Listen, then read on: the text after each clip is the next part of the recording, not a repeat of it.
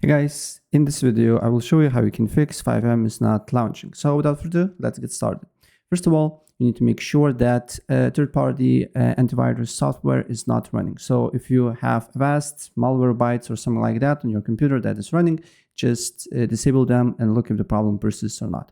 If the problem persists, then I suggest you to uninstall and fresh install FiveM.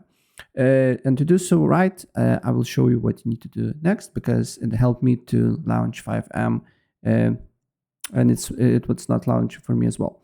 You just need to open a browser and then you need to look for Revo uninstaller. Don't worry, you don't need to pay here or nothing. It's completely free and it's working. Then what you need to do here is to go to downloads and then just download a free version here.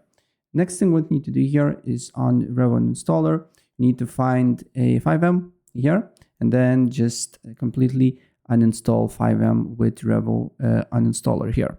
And then after restore point is done, you just need to press yes here, and as you can see here, FiveM is uninstalled. Select everything from here, and then you just need to press finish. And FiveM is uninstalled. And after you do so, then what you need to do here is to go to press Windows and Aki or simply write run. And then on this window, you need to write % local app data %. Then here you need to look for digital entitlements here. And then what you need to do here is to copy these files on, for example, to your desktop. And then you just need to delete this folder.